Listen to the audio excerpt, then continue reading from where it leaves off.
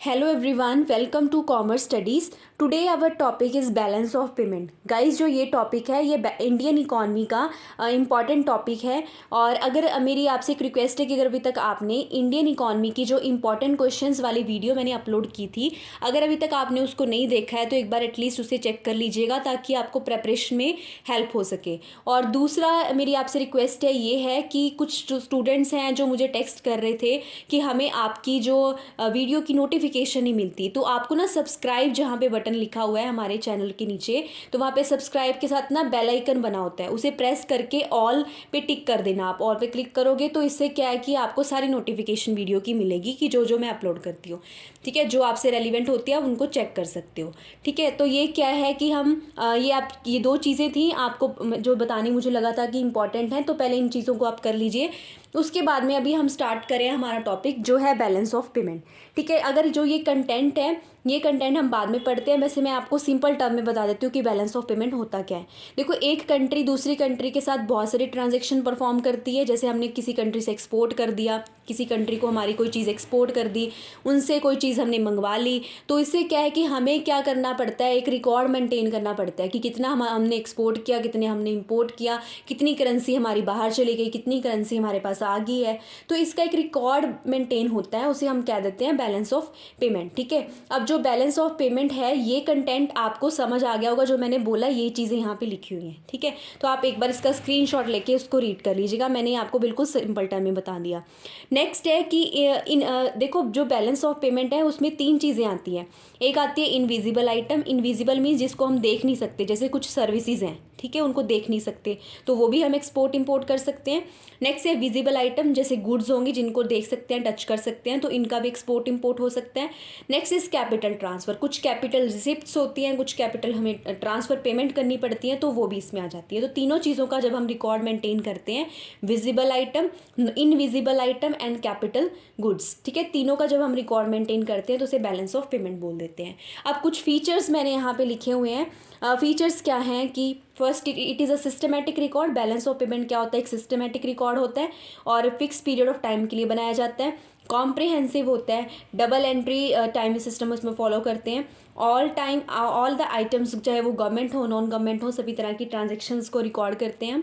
Next is adjustment of differences, कुछ differences का भी एडजस्टमेंट किया जाता है। नेक्स्ट, इन दोनों में बीओपी और बीओटी में क्या डिफरेंस है। देखो, दो चीज़ें, एक तो होता है बैलेंस ऑफ पेमेंट, एक होता है बैलेंस ऑफ ट्रेड। दोनों में डिफरेंस ये होता है कि बैलेंस ऑफ पेमेंट जो है, जो यहाँ पे लिखा हुआ है balance of payment, it is a wider concept and balance of trade is जो है हमारा छोटा कंसेप्ट है, क्योंकि बैलेंस ऑफ पेमेंट में विजिबल गुड्स, सर्विसेज, कैपिटल, ये सारी चीज़ें आ जाती हैं। जबकि जो बैलेंस ऑफ ट्रेड होता है उसमें सिर्फ और सिर्फ हमारी विजिबल, मतलब जो चीज़ों को हम देख सकते हैं, सिर्फ वही चीज़ें आती हैं। ठीक है, तो बैलेंस ऑफ ट्रेड जो है हमारा नैरो कंसेप्ट है, छोटा है। बैलेंस ऑफ पेमेंट जो है वो वाइडर कंसेप्ट है। इनका एक बार डिफरेंस आप देख लीजिएगा, कई बार एग्जाम में पूछा जाता है, लेकिन पास्ट ईयर में ऐसा सच कहीं नहीं मेरे को देखने को मिला। लेकिन फिर भी आप एक बार आपकी नॉलेज के लिए आपको पता होना चाहिए, इसका डिफरेंस भी आप डिटेल में प्रॉपर पढ़ लेना। ठीक है, तो फीचर्स हो गए, बेसिक डिफरेंस मैंने आपको बता दिया है। नेक्स्ट हमारा मेन टॉपिक है कि जो बैलेंस ऑफ पेमेंट है उसके कौन कौन से कंपोनेंट होते हैं और आगे कॉजेज़ क्या हैं। कंपोनेंट कौन कौन से होते हैं बैलेंस ऑफ पेमेंट के। First one is current account, second is capital account, next is overall balance of payment. अब पहले हम करंट अकाउंट पे अगर बैलेंस ऑफ पेमेंट मेंटेन कर रहे हैं तो उसमें हम इनविजिबल आइटम भी लेंगे और इनविजिबल एक्सपोर्ट भी लेंगे।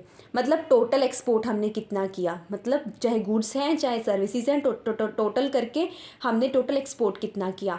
नेक्स्ट इज इनविजिबल आइटम, मतलब एक्सपोर्ट हमने और इंपोर्ट कितना किया, विजिबल और इनविजिबल, मतलब गुड्स का भी और सर्विसेज का भी। ठीक है, तो एक्सपोर्ट और इंपोर्ट दोनों हो गए। नेक्स्ट वन इज यहाँ पे मैंने ये लिखा है कि जो हमारा करंट अकाउंट पे बैलेंस ऑफ पेमेंट बनता है, वहाँ पे हम balance of payment on the current account में बी बैलेंस्ड, वो बैलेंस्ड भी हो सकता है, ये अनबैलेंस्ड भी हो सकता है। और क्या कहते हैं कि इसका जो ज़्यादा this items have a direct effect on the income and output, और इन आइटम्स का काफ़ी इम्पैक्ट पड़ता है हमारी इनकम और आउटपुट पे। Next is capital account. Capital account का क्या मतलब हुआ कि all kind of short term, long term, international capital transfer इसमें सारी आ जाती हैं। All the transaction under capital accounts are concern merely with the financial transfer between one country with another country. जो भी हमारी फाइनेंशियल ट्रांसफर्स होती हैं वो उस कैपिटल अकाउंट के अंडर हमारी आ जाती है, जो मैंने यहाँ पे लिखी है। तो आपको तो कुछ चीज़ें हैं वो लर्न करनी पड़ेंगी। Next is overall balance of payment. इसको मैं थोड़ा ऐसे टर्न कर देती हूँ। ओवरऑल बैलेंस ऑफ पेमेंट हम कैसे कैलकुलेट करते हैं? गुड्स भी लेंगे ओवरऑल के लिए, देखो आपको क्लियर हो गया होगा कि गुड्स भी लेंगे और सर्विसेज भी लेंगे और कैपिटल ट्रांसफर्स भी लेंगे, मतलब टोटल एक्सपोर्ट लेंगे। अगर आप इतना कन्फ्यूजन में अब नहीं आना चाहते तो सिंपल देखिए, टोटल एक्सपोर्ट लेंगे माइनस टोटल इंपोर्ट लेंगे।